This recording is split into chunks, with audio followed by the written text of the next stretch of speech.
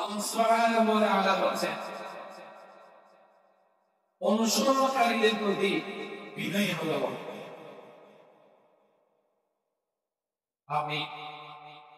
আপনার প্রতি কিছু মানুষ অনুগত, আপনার প্রতি কিছু মানুষ আপনাকে অনুসরণ করে, এই মানুষের প্রতি আপনার চোখ আনানো যাবে না, এই মানুষগুলোর প্রতি আপনার কঠিন হওয়া যাবে না, এই মানুষগুলোর প্রতি হয়তো আপনার প্রেম না। মন্তব্যকে আমাদেরকে আমাদের ঢাকা মুসলমান ইমানদার, আমাদের দেশের মুসলমান মুমিন ভাই বোনদের সাথে আমাদের নম্রতা বিনয়ের দিকে আমাদের লক্ষ্য করতে হবে। পারমিশন আল্লাহ তৌফিক দান করে আল্লাহ তাআলা বলছেন ওয়াফির জানাহাকা লিমান ইত্তাবাআকা মিনাল মুমিনিন। অনুসরণকারীদের প্রতি আল্লাহ বিনয়ী হওয়ার কথা বলছেন। যা আপনাকে অনুসরণ করে, আপনাকে মানে, আপনার কথা শুনে, সঙ্গে আপনার পরিবার আপনার প্রতি আসল যারা আছে তাদের প্রতি আপনার বিনয়ী হতে হবে। আমরা এই যে আপনি যত নম্র হবেন তত বিনয়ী হবে, মানুষ আপনাকে ভালোবাসবে।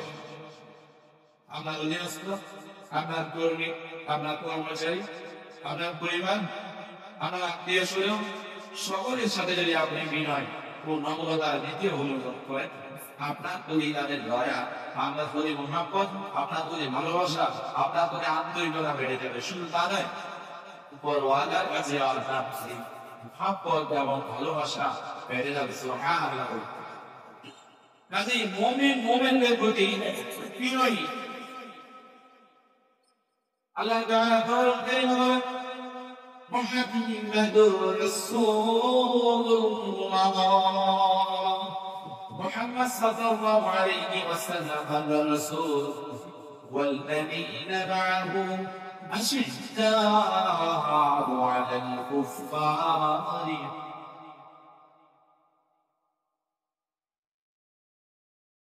আল্লাহ তাআলা বলেন এই আয়াতে বলেন ঈমানদাররা হলো মুমিনদের সাথে বিনয়ী হয়, নম্র হয়, ভদ্র হয়, বিনয়ী আচরণ করে, আর কাফেরদের সাথে কঠোর হয়। এই আয়াতের সাথে আমরা যদি বাংলাদেশের ইমানদারদের মিলাই, বাংলাদেশের দেশের মানুষগুলোকে মিলাই, মুসলমানদেরকে মিলাই, তাহলে পরিপূর্ণ ওইটা। আল্লাহ তাআলা বলছেন ইমানদারের সাথে মুসলমানদের সাথে বিনয়ী হয়, নম্র হয়, ভদ্র হয়, আর কাফেরদের সাথে কঠোর হয়ে যায়। কিন্তু এক শ্রেণীর মানুষ, বিশেষ বিশেষ কিছু দলের মানুষ মুসলমানদের সাথে বিনয়ী হয় না, নম্র হয় না, ভদ্র হয় না, জাতির সাথে বিনয়ী হয় না, বরং কাফেরদের সাথে তাদের তলে তলে তলে তলে বেশি ভালোবাসা থাকে, আর মুসলমানদের বিরোধিতা করে। এদেরকে বলা হয় মুনাফিক। জোরে বলে নাউজুবিল্লাহ। আল্লাহ তাআলা আপনাকে বুঝা এবং আমল করার তৌফিক দান করুন বলে আমি আল্লাহ তাআলা বলছেন ইয়া আইয়ুহাল্লাযীনা আমানু মান ইয়ারতাদ্দা মিনকুম আন দীনিহি ফাসাউফা ইয়াহদিল্লাহু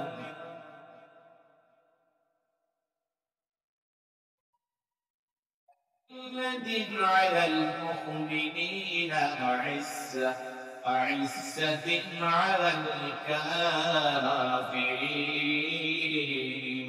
الله تعالى আল্লাহ বলছেন এই বান্দারা তোমরা যদি দ্বীন থেকে মুখ ফিরিয়ে নাও, আল্লাহ সুবহানাহু ওয়া তাআলা আরো একটা জাতি তোমাদের পরে আরেকটা জাতি আল্লাহ পাঠাবে, যে জাতি আল্লাহকে ভালোবাসবে, দ্বীনকে ভালোবাসবে, আর আল্লাহ তাদের প্রতি দয়ার্দ্র হবে, আল্লাহ তাদের প্রতি ভালোবাসা দেখাবে, আর ওই জাতি কাফেরদের সাথে কঠোর হবে।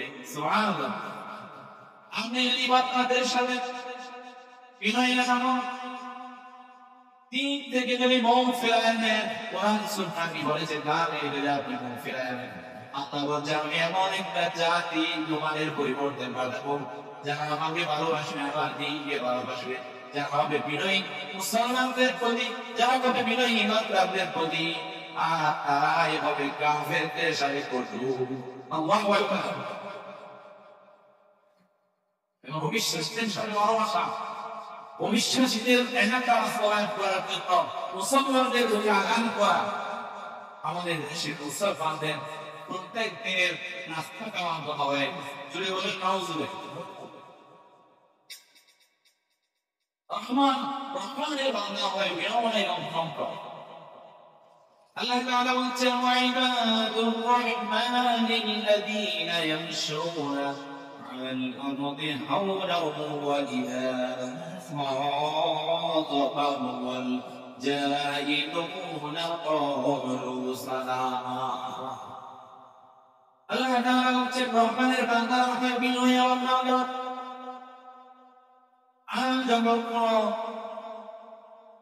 মূর্খ ব্যক্তিদের সাথে ইমানদারদের মুসলমানদের তর্ক হয়ে যায়, তর্কের সময় কোন মূর্খের সাথে তর্কের সময় ওই ইমানদার ব্যক্তি বলে وَإِذَا خَاطَبَهُمُ الْجَاهِلُونَ قَالُوا سَلَامًا। মূর্খদেরকে সালাম দিয়ে সে তর্ক করে তারপরে তুই বলে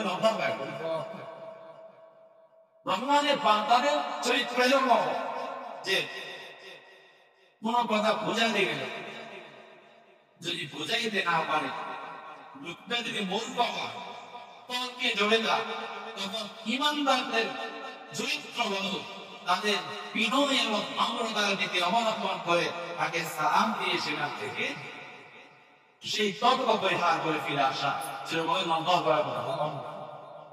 এখন মানুষের এত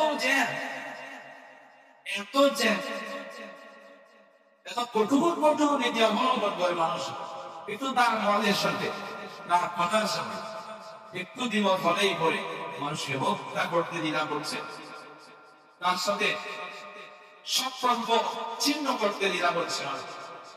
এগুলো কেমনে রহমানের বান্দা, এগুলো কেমনে রহমানের বান্দা?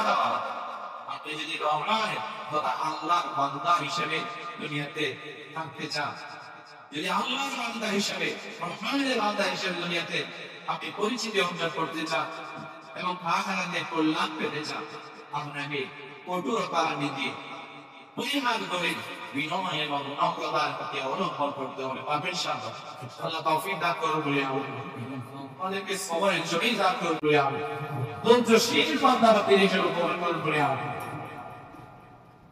প্রিয় হাজিরিন, শয়তান কিন্তু প্রকাশ্য শত্রু। আল্লাহ তাআলা বলছেন ইন্নাশ শাইতানা লাকুম আদুউম মুবিন। শয়তান আপনাকে কঠোরতার নীতির দিকে নিয়ে যাবে। শয়তান মানুষের দোষ ধারণ করে এসে বলবে ওর চাইতে তুই খাও নাকি, চালাই দেয়, মেরে দেয়, শেষ করে দেয়। শয়তান মানুষ হয়ে আসে আপনাকে প্ররোচনা দিচ্ছে, যদি বলে জানাবো চলে। এজন্য সূরা নাস পড়বেন বেশি বেশি, আর বুকে ফু লাগাবেন।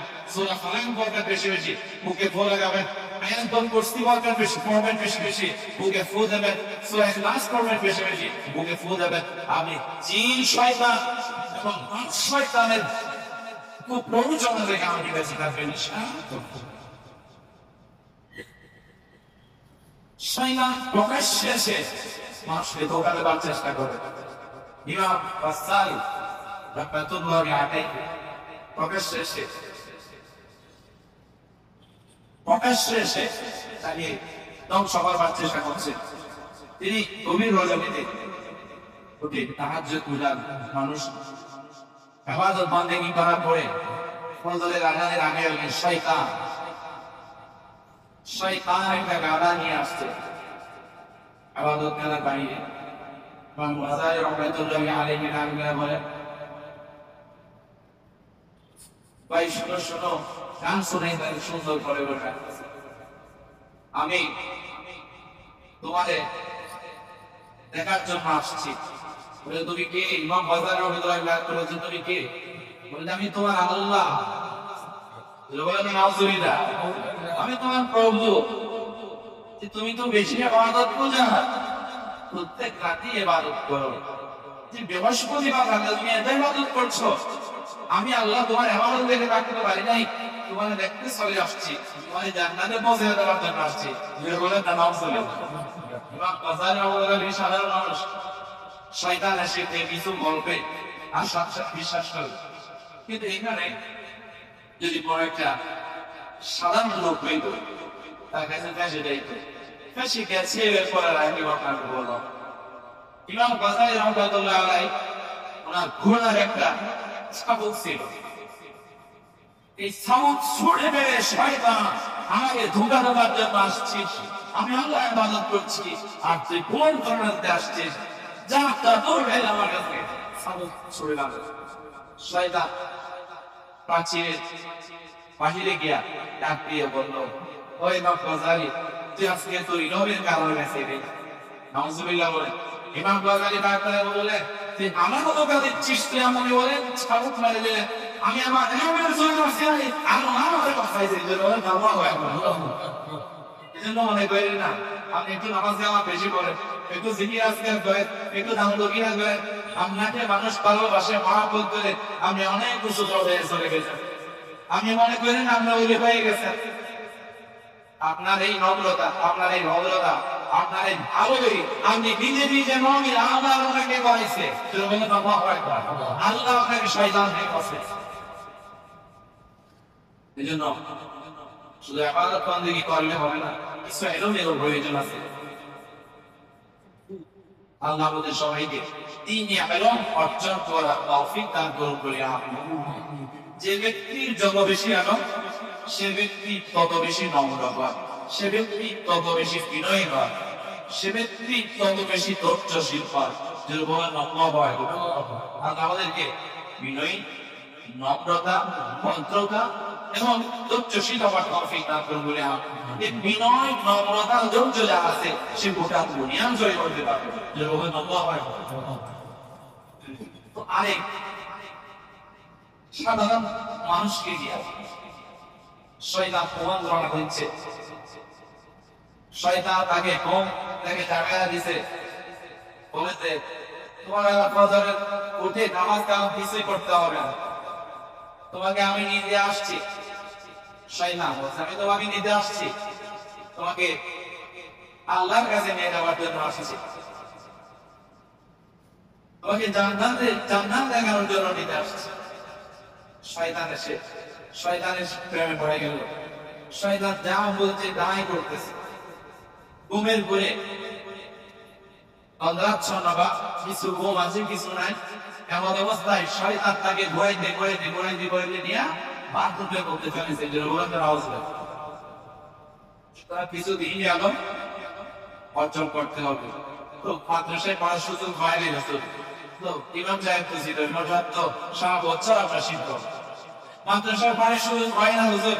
তো প্রত্যেক জুমাবারে জুমার খুতবা ছিল, এটা তো একটা ক্লাস, প্রত্যেক জুমাবারে পুরো সপ্তাহে একটা ক্লাস।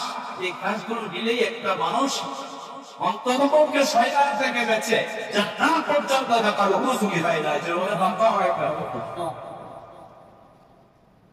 আল্লাহ তাআলা আমাদেরকে এই ক্লাসগুলো যথাযথভাবে গ্রহণ করার তৌফিক দান করুন বলে আমিন। আল্লাহ বলেন আমিন। তো বলতে চেয়েছিলাম, ইমাম আব্দুর রহমান তিনি 1000 বছর আগে জন্মগ্রহণ করেন। তার কিতাবের লেখক আব্দুর রহমান জামি শব্দাবলী। উনি অনেক বড় আল্লাহর ওলি ছিলেন, অনেক বড় আল্লাহর ওলি ছিলেন। তিনি এক জায়গায় তিনি সফরে বের হয়েছেন। নম্র ভদ্র মানুষ সফরে যখন বের হলেন, এমন একটা জায়গা অতিক্রম করছেন যে বিশাল একটা জায়গা, পুরা অনেক দূরে ঘর বাড়ি, প্রতিমধ্যে ছোট একটা গ্রাম আছে। আমার এমন একটা জায়গা দিয়ে যাচ্ছি না। তো সন্ধ্যা নেমে আসলো, সন্ধ্যা গনিয়ে আসলো। তো এত বিশাল জায়গা পানি দিতে গেলে তার রাগ হয়ে যাবে, হয়তো ক্ষতির ভয় আছে। জন্য একটা পানি দেখলেন বাড়ির মতো লাগছে, সেখানে কি আশ্রয় চাই। আশ্রয় চাওয়ার পরে ওই বাড়িওয়ালা বলছে, যদিও ধনী, সে মনে করলো ধনী ভাবে কি হবে, সে একটু কম। এখন সে বললো, হুজুর আমার ঘরে তো থাকার জায়গা নেই, যারা আছে তাতেই শেষ হয়ে যায়, থাকার তেমন জায়গা নেই, আপনি যান, এখানে তো আমার কোনো সমস্যা নেই, আপনি নির্বিঘ্নে যেতে পারবেন, কোনো কোনো আশঙ্কা নেই। সে মনে করলো বুকটা ঘর বাড়িওয়ালা এখন হুজুরকে টানতে দিলে কি চলে, শুধু আগে খাওয়াইতে হবে, তার সেবা শুশ্রূষা করতে হবে, তার খেদমত করতে হবে, একটা হুজুর মানুষ, মেহমান মানুষ, এমনি রেখে দিলেই তো হয় না। তো হুজুর নৈরাশ হয়ে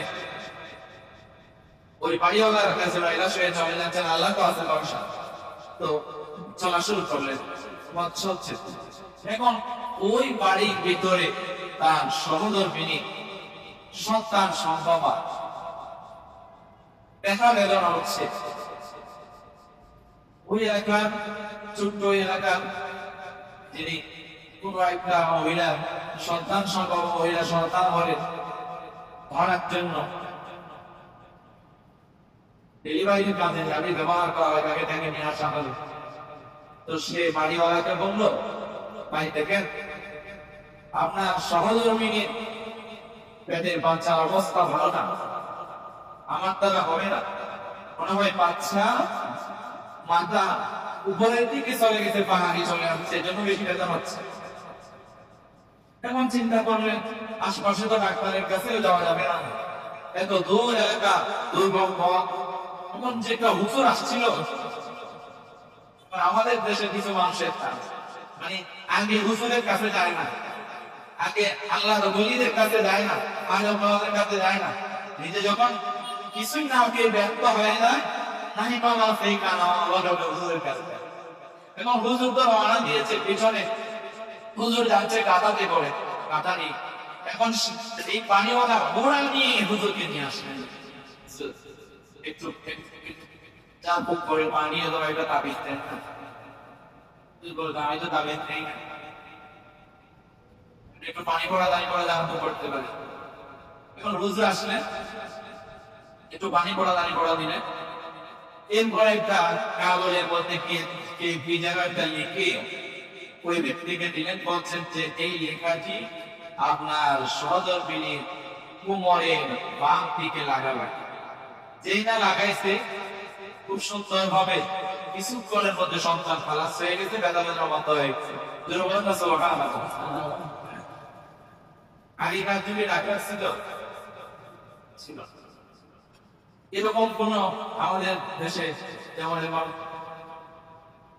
বড় বড় ডাক্তাররা আছে, চাকরি বিভাগে অনেক বড় বড় ডাক্তাররা আছে, এরকম ডাক্তার তো আগে ছিল না।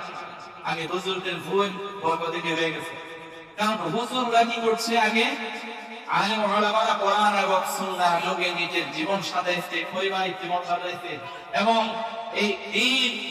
এই দিন পৃথিবীর আনাচে কানাচে এই দিনের কথা ছড়িয়ে দেওয়ার জন্য দাওয়াতি কাজে নিজের বউ বাচ্চা পরিবার দেশ ছেড়ে অনেক দুর্গম গিরি পানি দিয়ে কঠিন পথ পানি দিয়ে রাত থেকে নাই দিন থেকে নাই দিনের কথা বলবার জন্য অনেক দূরে সফর করেছে। তো সফরকালীন সময়ে বুঝাতে চেয়েছিলাম, ওই মানুষটা যদি প্রথমেই নবতার নীতি অবলম্বন করতো তাহলে তার এই কষ্ট হইল না।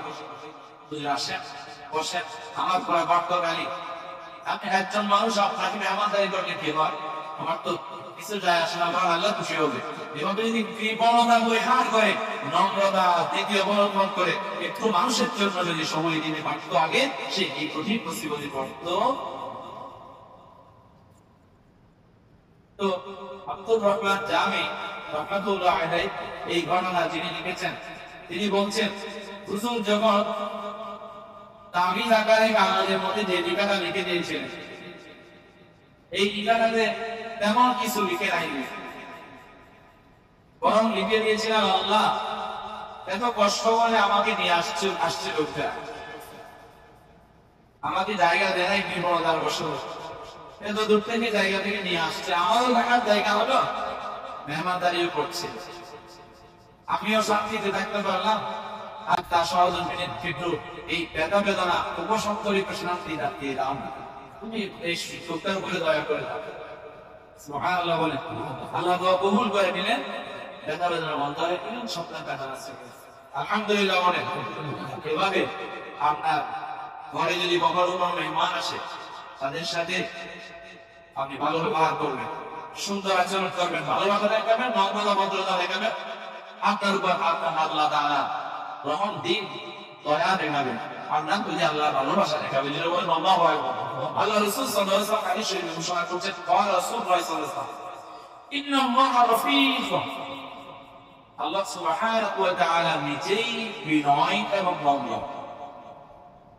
ইউহিব্বুর রিফকা, আল্লাহ বিনয় এবং নম্র যারা, তাদেরকে বিনয়কে নম্রতাকে আল্লাহ ভালোবাসেন। সুবহানাল্লাহ। ويعطي على الرفق ما لا يعطي على العنف وما لا يعطي على ما سواه। আল্লাহ রাসূল সাল্লাল্লাহু আলাইহি ওয়াসাল্লাম বলছেন যে যারা নম্র ভদ্র বিনয়ের নীতি অবলম্বন করে, বিনয়ের কারণে নম্রতার কারণে আল্লাহ বান্দাকে যা দেয় তা কঠোরতার কারণে বিনয়ের নীতি অবলম্বন না করার কারণে তা দেয় না। তুমি বলেন না সুবহানাল্লাহ। তাহলে আল্লাহর কাছ থেকে যদি কিছু পেতে চান, আল্লাহর কাছ থেকে যদি সম্মান পেতে চান, আল্লাহর কাছ থেকে যদি মর্যাদা পেতে চান, আল্লাহর কাছ থেকে যদি রিজিক পেতে চান, আল্লাহর কাছ থেকে যদি আপনি সুন্দর একটা পরিবার পেতে চান, আল্লাহর কাছ থেকে যদি ভালো সন্তান পেতে চান, তাহলে আমাকে আপনাকে নম্রতা ভদ্রতা নীতি অবলম্বন করার সাথে সাথে ধৈর্য সবর থাকতে হবে। আল্লাহ আমাদের এই বিনয় নম্রতা এবং ধৈর্যশীল হওয়ার তৌফিক দান করুন বলে আমিন। আল্লাহ বলছেন, মান ইউহিব্বুর রিফকা ইউহিব্বুল খায়র, মান ইউহিব্বুর রিফকা ইউহিব্বুল খায়র। যে ব্যক্তি কি করে যে রিফক বিনয় এবং নম্রতা পরিহার করে, যে ব্যক্তি বিনয় এবং নম্রতা যদি পরিহার করে, সে ব্যক্তির জন্য আল্লাহ সুবহানাহু ওয়া তাআলা দুনিয়ার কল্যাণকে হার করে দেয়। যদি বলেন না নাউজুবিল্লাহ।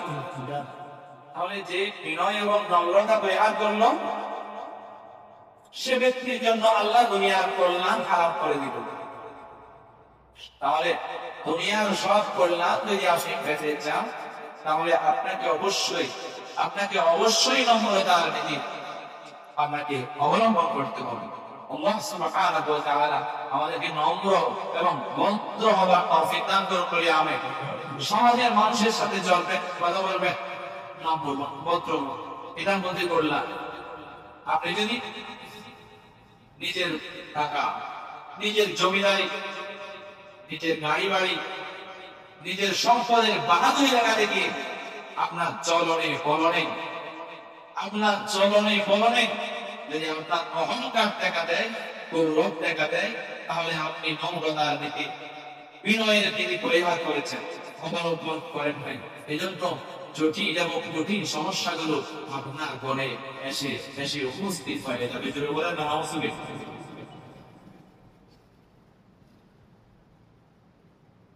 আরে আল্লাহ বলি মরহুম মাওলানা ইমাম গঙ্গোই রাহমাতুল্লাহি আলাইহি, এই কথাটা তিনি অনেক বড় জবরদস্ত আলেম, অনেক বড় বড় কিতাব তিনি পড়াইছেন। তিনি অন্ধ হয়ে গেলেন, চোখের সমস্যা। ডাক্তাররা পরামর্শ দিলেন, হুজুর আপনি যদি এই চোখের অপারেশন করেন, অপারেশনের পরে আপনার চোখ ভালো হয়ে যাবে, তবে একটা শর্ত আছে, আপনাকে 4-5 দিন কিংবা সপ্তাহখানেক সিজদা করা যাবে না, আপনি ইশারাতে নামাজ পড়তে হবে। নবী রাহমাতুল্লাহি আলাইহি বলেন, ও ডাক্তার ভাই, আমার ওই চোখের চিকিৎসার দরকার নাই, যদিও চিকিৎসার জন্য যদি নামাজ ডাক্তার যদি কিছুদিনের জন্য স্টপ থাকতে বলে তাও করা যাবে, চিকিৎসার জন্য যদি বলা হয় ইশারা দিয়ে করা যাবে তাও করা যাবে। কিন্তু তিনি আল্লাহর ওলি, এই বড় আলেমটি এই কি করছে দেখেন, বলে যে ও ডাক্তার ভাই, আমি আমার জীবনে একটা দিনও আমি সিজদা না করে থাকি নাই, রুকু না করে থাকি নাই। আমি চাই না আমার চিকিৎসার কারণে এক সপ্তাহ যাবত আমি আমার রঙকে আমার মালিককে চিন্তা করতে পারবো না, এবং চিকিৎসা আমার দরকার নেই, মালিক যদি চায় আমার পারবো।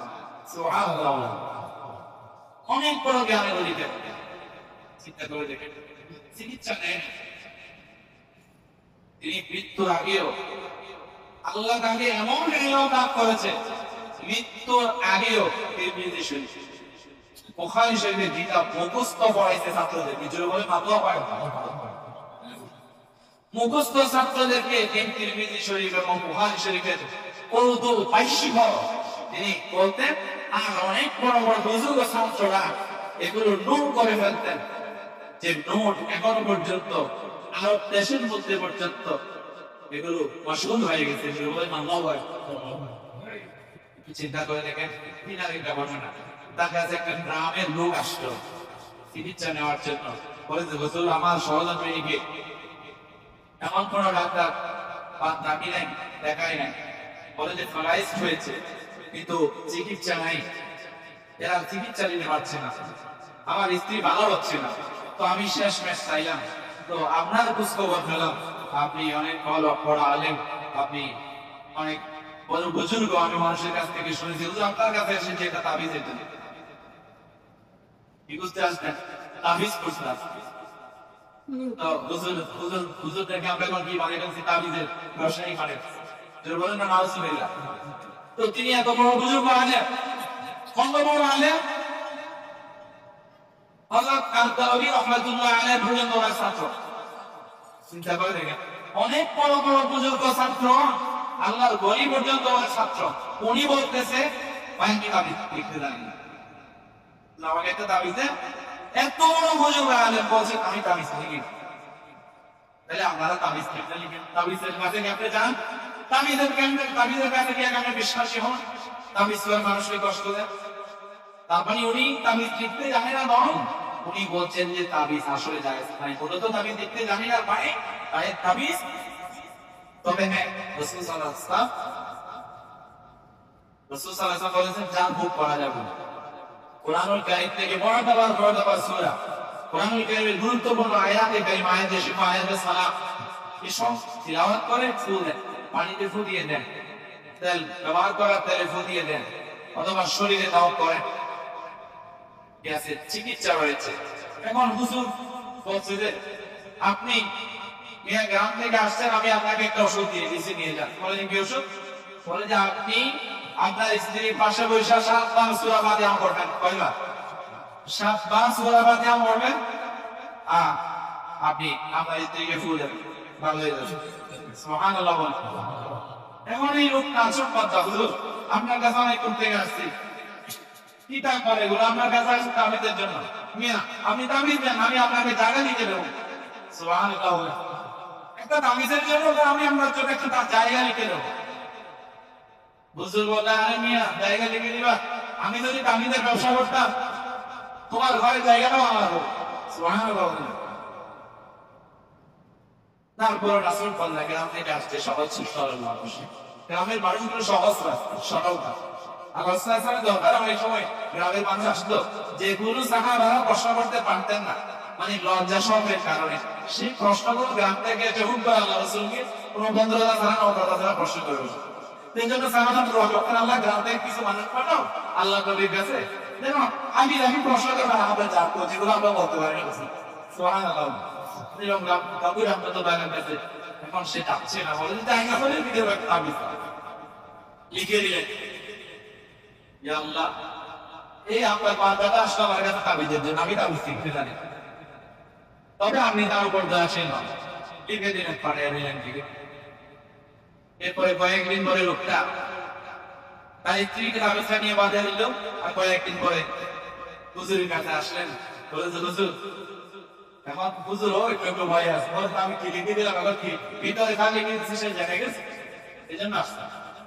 এরপরে বলে যে হুজুর আসলে এত ডাক্তার দেখাইলাম, এত চিকিৎসা করালাম, কবিরাজি চিকিৎসাও কাজ হইল না, আমরা